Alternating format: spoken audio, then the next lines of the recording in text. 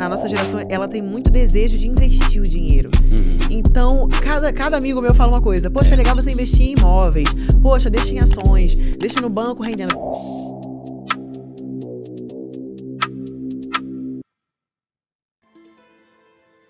Qual a sua opinião sobre carta de consórcio? Eu já tive consórcio, não gosto. Pra ser bem sincero, Esse homem odeia, gente. Você fez? Eu fiz. Eu tenho ali uma cartinha. Mas eu vou te falar, o que acontece? O consórcio, ele é interessante, ele tem juros bem menores, né? Acaba saindo muito melhor do que o consórcio, só que ele é bom pra quem não tem pressa nenhuma. É o meu caso. Sim, aí tudo bem. Só que assim, talvez vai chegar uma hora que você vai estar com um pouco mais de pressa. O que aconteceu com o meu? Eu comprei um consórcio, 7 anos pagando aquela desgrama e não era sorteado nunca. Caramba. Tem gente, eu conheço amigos meus que foram sorteados no primeiro que foram. No primeiro mês, né? Tem que ter sorte, né? Então, assim, ou você tem que ter sorte de ser sorteado logo, ou você tem que ter uma grana pra dar lance, porque quando você dá o lance, você é sorteado de boa. Tem gente que, sei lá, junta ali 20 mil, 30 mil, dá um lance nesse valor, e às vezes até pra usar fundo de garantia, você consegue ser sorteado. É uma maravilha. Quando sair teu consórcio, você der um lance lá, tá ótimo. Você vai pagar bem menos que quem financiou, por exemplo. Só que você tem que ter essa grana pra dar o lance, ou você tem que ter sorte. Como eu não tinha grana pra dar lance, e não saía nunca aquele negócio... E nem sorte? Nem sorte. Eu tive que fazer o quê? Vender o meu consórcio. Só que quando você... Porque no começo eu não tinha pressa. Depois de 7 anos eu tava com pressa, caramba. Eu achei que era tão lento assim o negócio, né? Aí eu vendi o meu consórcio, perdi grana pra caramba, porque assim, ninguém vai querer pagar tudo que você pagou, eles vão dar um valor abaixo. Por exemplo, eu tenho um amigo que ele tá com essa mesma situação, né? Ele não tá mais, tá com pressa, precisa do valor, ele já pagou acho que tipo 55 mil e o pessoal tá dando 30 no máximo. Nossa. Então é quase metade do valor que ele já pagou, ele vai perder. Você perdeu, assim, se você sentir a vontade de falar, você perdeu quanto? Você pode falar em porcentagem? No meu caso eu perdi pouco, porque a compradora foi a minha irmã. Nossa. Mas, aí por exemplo, você teve sorte. Né, então, é bom pra quem não tem pressa nenhuma e pra quem tem uma graninha pra dar de lance. Aí maravilha, mas se não é o caso, pode ser que você sofra como eu, que fiquei 7 anos pagando e não foi sorteado nunca, né? Tem que ter sorte, e dinheiro pra dar o lance, então. Essas são as 2 regras básicas. E aqui, teve algum momento que você ouviu algum argumento, alguma ladainha aí sobre comprar imóvel, que é melhor alugar, que te irritou profundamente? Todo dia, todo dia. Então, tem muita coisa, né? Por exemplo, no meu canal, eu respeito quem quer alugar, só que eu combato os argumentos fajutos. É muito comum você ver na internet um Reels ou um vídeo no TikTok, quer que seja, a pessoa falando assim, olha, eu vou mostrar aqui, eu vou anotar como alugar sai muito mais barato. Aí ele coloca aqui os valores do aluguel e depois o valor do financiamento. Já começa errado que sempre coloca o valor do financiamento mais caro e tem muita forma de ser mais barato. Aí eles colocam uma letrinha bem pequenininha lá embaixo assim, não vamos levar em conta o reajuste anual do aluguel. Mas se mata então, bicho. Por que você tá fazendo um vídeo inútil desse, né? Porque o que acontece? O aluguel, pra quem não sabe, né? Ele tem um reajuste, porque o dono do aluguel não vai ficar cobrando R$1.000 por 50 anos de você. E esse reajuste, ele é baseado num índice, ou é o IGPM ou é o IPCA. Já teve anos em que o IGPM ficou ali de 20% ao ano. O IPCA, 10% ao ano, 6%, 12%, vai variando. Imagina isso, vou montar um cenário aqui. Eu financiei um apartamento de R$200 mil e a parcela do financiamento é 1.000. Ou, não, eu não quero ter casa, eu aluguei um apartamento de R$1.000 e a parcela também do aluguel também vai ser 1.000. Se você faz o financiamento pela tabela Price, ele vai ficar sempre 1.000, e ele vai ter uma pequena correção ali, que é de bem pouquinho mesmo, né? Eu até combinei com o pessoal de não ficar falando sigla, que é chato, né? Dificulta, né? Mas vai ter uma correçãozinha bem pequena. Enquanto o aluguel, ele vai ter um reajuste ali de 6% ao ano, 10% ao ano. Então, se você tá pagando hoje 1.000, daqui a um ano vai aumentar para 1.060. No outro ano, 1.120. No outro ano, não sei quanto. Eu fiz uma estimativa, né? Eu planilhei. Se você financiar um apartamento e, sei lá, você botar ali 120 mil, por exemplo, ao longo dos 30 anos, você vai ter gasto quase 300.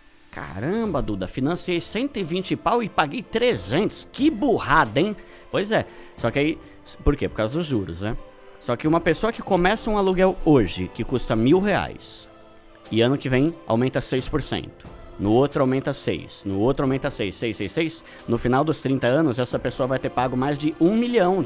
Sim. É 3 vezes mais caro do que o financiamento. Então a pessoa fala, financiamento é ruim porque você paga 3 vezes mais do que você pagou. E quem aluga paga 3 mais do que quem financiou. E sem contar a amortização, né? Que se você amortizar, sai muito mais rápido. Então, esse é um tipo de comparativo totalmente injusto. Ai, vou mostrar como o aluguel é melhor, só que eu não vou levar em conta o reajuste. Não, isso aí não serve pra nada. Eu tenho que ser uma pessoa sábia e não só inteligente.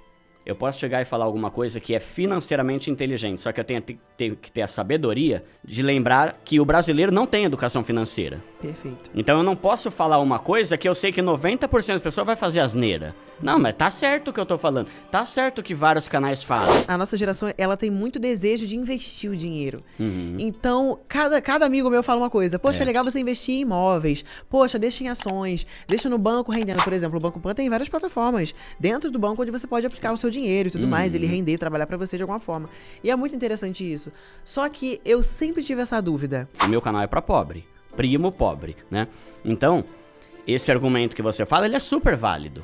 Você vai chegar num canal e o cara vai falar assim, olha, se você tem R$1 milhão, em vez de você comprar uma casa, investe 1 milhão, ele vai te render 10 mil por mês, você aluga uma casa da hora por 5 mil e ainda sobra mais 5. Só que quem tem 1 milhão? É verdade. Entende? Esse que é o ponto, né? Eu não nasci rica nem nada do tipo. Então, tem essa coisa do sonho da casa própria, sabe? Que fica ali ruminando no coração, ecoando ali na mente quando você deita no travesseiro. E é um fato. Só que assim, hoje em dia, os meus amigos que trabalham com isso, com investimento e tudo mais, eles falam, aplica o seu dinheiro e com rendimento você paga o seu aluguel. E é isso que eu tenho feito. Só que ultimamente eu tenho pensado diferente, sabe?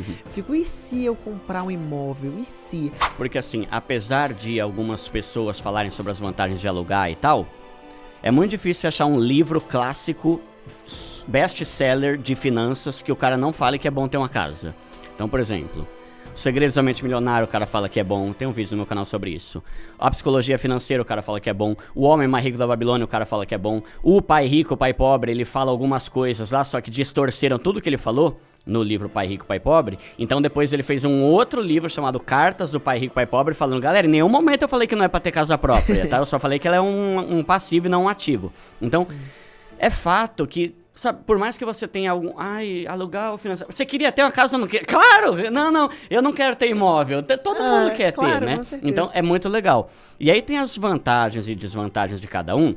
Então, eu pego primeiro no ponto de falar sobre educação financeira e mudar a mentalidade da pessoa para depois ela começar a querer fazer umas coisas arriscadas.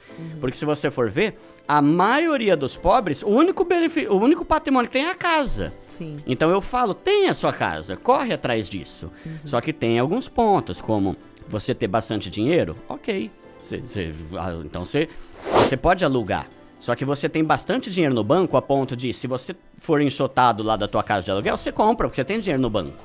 Só que o pobre não tem nada, ele vive de aluguel e a qualquer momento ele pode ser tirado de lá, ele não tem casa, não tem financiamento, então se der ruim ele não tem onde morar, o rico tem. Tanto que a maioria esmagadora dos influenciadores que falam que alugar é melhor, tem casa. Todos têm casa e eles falam no canal, tem casa de 10 milhões, de 15 milhões. Então é fácil você falar, não, é melhor alugar, é muito mais fácil quando você tem uma mansão lá que você pode viver o resto da vida. Então esse é o meu ponto, falar pra pobre... Porque muitas vezes a realidade que é dita aí não vale pra quem é pobre. Então eu respeito a opinião de quem pensa diferente, mas eu falo, compre sua casa. E aí, desculpa se eu tô falando muito. Não, pode falar, pode mais falar. Pode fazer mais. Mas é sempre uma conquista você ter a sua casa e a alegria de quando, na hora que eu quitei, mandou uma mensagem falando, você quitou, parabéns pra você. É maravilhoso isso, né? Não, e aí sobrou muito mais dinheiro pra eu investir. Porque a grana que eu pagava todo mês com boleto de financiamento se tornou uma grana a mais no meu salário agora pra eu começar a investir. Aí eu estudei sobre investimento e foi quando surgiu o meu canal e aconteceu tudo isso, né? Nossa, muito interessante. Quer ver outro ponto que eu acho complicado? A pessoa chega e fala assim, em vez de comprar, aluga e com o dinheiro que sobrar, você investe. Mas quem falou que o valor do aluguel é mais barato que do financiamento? Porque a pessoa chega e fala como se, o aluguel de uma casa é 2 mil e para você financiar é 3. Não, uma ova. Eu vivo falando no meu canal, a maioria dos pobres ainda não tem casa própria por falta de informação e não por falta de dinheiro. Então, você pega alguns planos do governo, por exemplo, Minha Casa Minha Vida, que ajuda as pessoas mais pobres a comprar um imóvel, você consegue financiar uma casa com parcela de 600 pau por mês. Verdade. E eu fiz um vídeo com depoimento de uma pessoa do meu canal que comprou e falou, ó, eu financiei e tá R$280 mais barato do que eu pagava no aluguel. Então, existem muitos meios, principalmente para quem é pobre, de você conseguir juros mais baixos, de você conseguir o subsídio do governo, eles te ajudam na entrada. Então, muitas vezes, o cara tá alugando numa coisa que nunca vai ser dele e ele poderia estar pagando mais barato numa coisa que no final vai ser dele. Então, são esses pontos que eu pego. Eu sei que tem momentos da vida que não, eu mesmo, antes de o meu apartamento ficar pronto, eu fiquei morando de favor num prédio lá de um primo meu. Mas se ele não tivesse emprestado, eu teria que alugar. Só que eu sempre penso assim, cara, você tá alugando, mas vai se planejando pra comprar, sabe? Porque às vezes você não tem a grana da entrada, tem cara que tá enrolando a mulher faz 8 anos porque não tem cara. Aluga, vai alugar, né? Animal. Galera, bota aqui nos comentários, vocês curtiram? Dá o like, espero que vocês tenham gostado. Quem não se inscreveu ainda no canal, se inscreve no canal, um prazerzaço. Obrigada pela confiança que vocês têm aqui no nosso trabalho. A gente vem, traz tudo pra vocês, o que a gente puder fazer, a gente vai fazer. Você que está começando a investir, você que quer sair das dívidas, tem muito conteúdo interessante para você.